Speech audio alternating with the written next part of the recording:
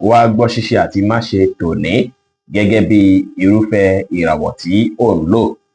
Mo kí Ọlọ́run ọba, mo ṣègbè Olódùmarè, ìbà akọ́dá ayé, ìbà aṣẹ̀dá ọ̀run, mo ṣèbà Ọ̀rúnmìlà atórí ẹni tí ò sunwọ̀n ṣe, mo júbà ọkùnrin, mo júbà obìnrin, mo kí gbogbo ojú tó ń wò mí níbikíbi tí ẹ ti ń gbọ́ mi káàkiri àgbáńlá ayé. Èyí ni ìwádìí ojoojúmọ́ fún gbogbo ìràwọ̀ pátá àti ṣíṣe àti máṣe fún gbogbo ìràwọ̀ pátá ti tòní, tí ń ṣe ọjọ́ Monday, June 2 ọdún 2025 tá wà nínú ẹ̀ yìí. Ẹ̀yin tẹ́ ń wò mí pátá, ẹ dákun ẹ dábọ̀ ẹ bá ń share fídíò yìí kó kárí ilé kó kárí oko, kó lè jẹ́ ìwúlò àti àǹfààní fún ọ̀pọ̀lọpọ̀ ènìyàn. Kí ẹ sì má gbàgbé láti follow, kí ẹ sì subscribe, kẹ́ lè pẹ̀ láwọn tá máa jàǹfààní onírúurú fídíò tá à ń fi léde lójoojúmọ́ fún ìdàgbàsókè ìjọmọ ènìyàn. Ẹ̀yin tẹ́ sì fẹ́ ṣèwádìí onírúurú láǹfààní láti kàn sí wa ní WhatsApp 09033897161. Ẹ̀yin tẹ́ ń lò ràwọ̀ iná tó kanran yan Aries, ẹ̀yin tàbí láàrin March 21 sí April 20 lọ́jọ́ tòní, ó ṣeéṣe kí àwọn kùdìẹ̀kudiẹ kan fẹ́ wáyé lọ́jọ́ tòní, káwọn iṣu kan fẹ́ wáyé jìnnà sáwọn tó ṣe é pé bóyá ẹ̀ǹkẹ́ fi ń pé bóyá àwọn àfẹ́yìn fún dáadáa bí àwọn wà tán wù kó bá ti yín mú, àbọ̀ lè ṣe nǹkan tó lè mú palára bá gbèsè ayé yín, kẹ́ jìnnà sí wọn pátápátá. Ẹ má ṣe jẹ́ káwọn ènìyàn kan ṣàkóbá fún fọkànbalẹ̀ yín lọ́jọ́ tòní, wọ́n sì má jẹ́ kí ẹ kàn wà stress tàbí kẹ́ wà distracted látàrí pé ọ̀tọ̀ nìkan tẹ́ ń rò lọ́kàn fún dáadáa tẹ́lẹ̀tẹ́lẹ̀, kọ́ sì má ṣàkóbá fún àwọn èrò ọkàn yín lọ́jọ́ tòní. Kò tún dára kí ẹlẹ́fẹ́ wà lẹ́yìn nìkan láláì ṣe ohunkóhun. Ẹ gbìyànjú láti wà pẹ̀lú àwọn èèyàn tó ṣe é pé wọ́n á mú kí inú ìdùn káyọ̀ yín kún, kẹ́yìn náà sì wá ìdùnnú ní gbogbo ọ̀nà fúnra yín. Ẹ wá gbájúmọ́ṣẹ́ kẹ́ lè rere gbámú, ẹ wà positive, kẹ́ ṣe dáadáa sáwọn èèyàn, kẹ́ sì pa àwọn àṣírí kọ̀ọ̀kan yín mọ́lẹ̀ ní pẹ̀lú. Forest green jẹ́ kọ́lọ̀ tó dára jù fún yín láti wọ̀ láṣọ lónìí. Aago 10 láàárọ̀ sí aago 12 ní ọ̀sán ní àkókò èyí tó dára jù fún yín láti fi ṣe ohun tó ṣe kókó tó ṣe pàtàkì jù nínú ìgbésí ayé yín ní ọjọ́ tòní. Ẹ̀yin tẹ́ ń lò ràwọ̀ erùpẹ̀ alámọ̀ Taurus, ẹ̀yin tàbí láàrin April 21 sí May 20, agbára kankan máa wà fún yín púpọ̀ lọ́jọ́ tòní. Á dàbí ìgbà pé gbogbo nǹkan tó dàbí negativity pátá, àwọn nǹkan tí ó tọ̀kẹ́ gbé kúrò nínú ìgbésí ayé yín, kódà tó fi dórí àwọn ìwà kọ̀ọ̀kan tẹ́yìn gan wù tó dàbí ìgbà pé kò tọ́. Á ṣe bí ìgbà pé kí ẹ bẹ̀rẹ̀ àwọn nǹkan tuntun tó tún lè mú kí ìgbésí ayé yín dára.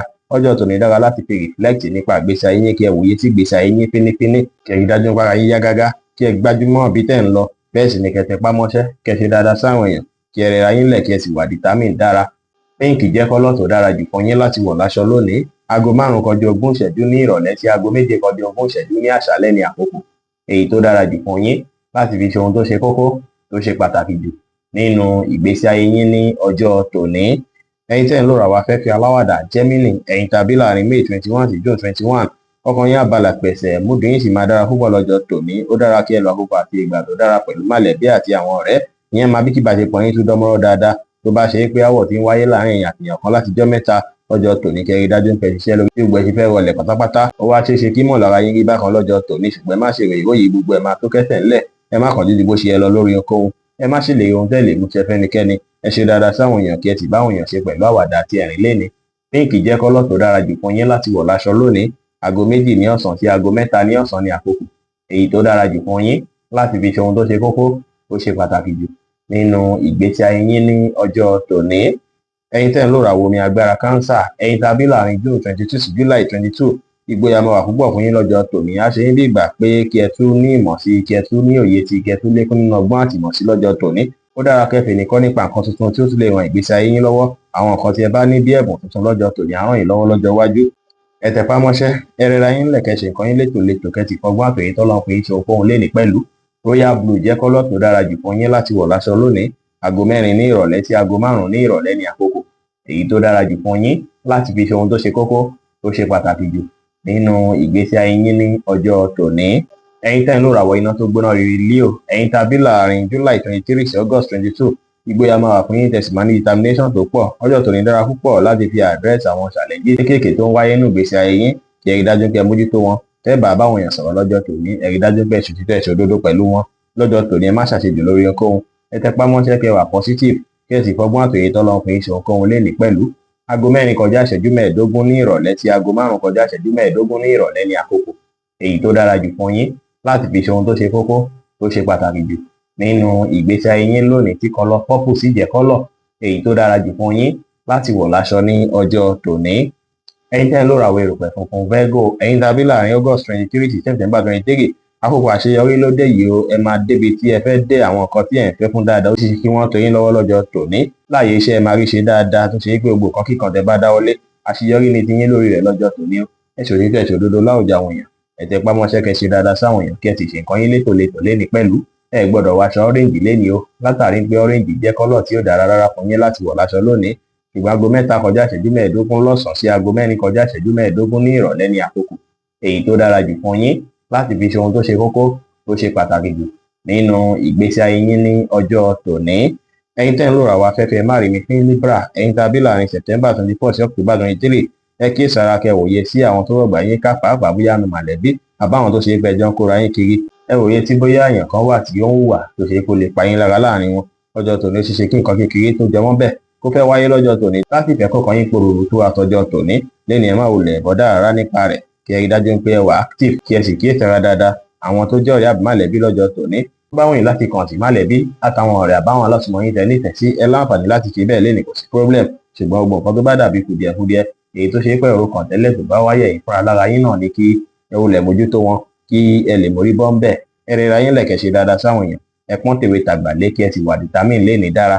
Brown jẹ́ kọ́lọ̀ tó dára jù fún yín láti wọ̀ láṣọ lónìí. Aago 9 láàárọ̀ sí aago 11 láàárọ̀ ní àkókò èyí tó dára jù fún yín láti fi ṣe ohun tó ṣe kókó tó ṣe pàtàkì jù nínú ìgbésí ayé yín ní ọjọ́ tòní. Ẹ̀yin tẹ́ ń lò ràwọ̀ omi tútù Scorpio, ẹ̀yin tàbí láàrin October 24 sí November 22, ọjọ́ tòní dára púpọ̀ fún yín láti fi bẹ̀rẹ̀ nǹkan tuntun. Gbogbo ohun tẹ́ bá bẹ̀rẹ̀ lọ́jọ́ tòní tẹ́ bá pilẹ̀ abíire fún yín lọ́jọ́ iwájú. Ó ṣeéṣe kí àwọn ṣéńjìtì kankan wáyé nínú ìgbésí ayé yín lọ́jọ́ tòní, ṣùgbọ́n ìbáṣepọ̀ yín àti olólùfẹ́ yín ó ṣeéṣe yóò fẹ́ mẹ́rẹ̀ díẹ̀ látàrí pé àwọn kùdìẹ̀kudiẹ tó ń wáyé nínú ìgbésí ayé yín lénìí ẹ má ṣe ròyìn òyì nǹkan máa tó yí padà láàyè tìgbéyàwó. Ẹ gbájúmọ́ṣẹ́ kẹ́ lè rere gbámú, ẹ free mind yín dáadáa, ẹ wà positive, ẹ ṣe dáadáa táwọn èèyàn kẹ́ sì ṣàwọn nǹkan tá mú kí inú ìdùn káyọ̀ yín kún pátá lénìí. Purple jẹ́ kọ́lọ̀ tó dára jù fún yín láti wọ̀ láṣọ lónìí. Aago 4 ní ìrọ̀lẹ́ sí aago 5 ní ìrọ̀lẹ́ ní àkókò èyí tó dára jù fún yín láti fi ṣe ohun tó ṣe kókó tó ṣe pàtàkì jù nínú ìgbésí ayé yín ní ọjọ́ tòní. Ẹ̀yin tẹ́ ń lò ràwọ̀ inú àtùpà Sagittarius, ẹ̀yin tàbí láàrin November 23 sí December 22, nǹkan máa lọ bó ṣe yẹ kó lọ lọ́jọ́ tòní. Èyí máa favour yín púpọ̀, ire owó máa wọlé, ẹ máa láṣeyọrí lórí ohunkóhun tí ẹ bá ń ṣe. Bẹ́ẹ̀ sì ni lọ́jọ́ tòní móbìnrin máa dára tí ilé ó fi ṣú. Ẹ ṣàwọn kan tá mú kí inú ìdùn káyọ̀ yín kún lọ́jọ́ tòní. Ẹ múra dáadáa lénìí kí ẹ dùn rí lójú, ẹ má sọ̀rọ̀ òdì àbí ọ̀rọ̀ àìtọ́ sí yẹn o. Ẹ ṣe dáadáa sáwọn èèyàn kí ẹ sì ṣàwọn kan tá mú kí rọrùn gbalẹ̀ láwùjọ yín. Brown jẹ́ kọ́lọ̀ tó dára jù fún yín láti wọ̀ láṣọ lónìí. Aago 7 ní àṣálẹ́ sí aago 10 ní àṣálẹ́ ní àkókò èyí tó dára jù fún yín láti fi ṣe ohun tó ṣe kókó tó ṣe pàtàkì jù nínú ìgbésí ayé yín ní ọjọ́ tòní. Ẹ̀yin tẹ́ ń lò ràwọ̀ èròpè léròpò Capricorn, ẹ̀yin tàbí láàrin December 23 sí January 19, inú yín máa dùn ládàá ìgbà pé gbogbo nǹkan tí ẹ̀ ń ṣe pátá ó ti rí bí ẹ ṣe ń fẹ́ ni. Lọ́jọ́ tòní àwọn nǹkan tó dàbí kùdìẹ̀kudiẹ èyí tẹ́ ń kojú lásìkò ìrọ̀rùn lẹ máa fi mórí bọ́ ń bẹ̀. Ẹ gbàgbé nípa àwọn nǹkan tí ó ń bí àìbalẹ̀ ọkàn fún yín àbùkàn tó dàbí negativity, yẹ wá ìdùnnú ní gbogbo ọ̀nà fúnra yín. Bẹ́ẹ̀ sì ló ṣeéṣe kí ẹ rí ọ̀nà àbáyọ sáwọn nǹkan tó dàbí ìṣòro tí ó fi ń wáyé látijọ́ pípẹ́ lọ́jọ́ tòní. Léni ẹ má dá sọ́rọ̀ tí wọ́n pè yín sí àbẹ́yìí tí ó kàn yín. Ẹ rẹra yín lẹ̀kẹ̀ ṣe dáadáa sáwọn èèyàn kí ẹ sì create àkókò léni láti fi ṣe prayer, ó dára púpọ̀. Wáìnì jẹ́ kọ́lọ̀ tó dára jù fún yín láti wọ̀ láṣọ lónìí. Aago 5 ní ìrọ̀lẹ́ sí aago 6 ní ìrọ̀lẹ́ ní àkókò èyí tó dára jù fún yín láti fi ṣe ohun tó ṣe kókó tó ṣe pàtàkì jù nínú ìgbésí ayé yín ní ọjọ́ tòní.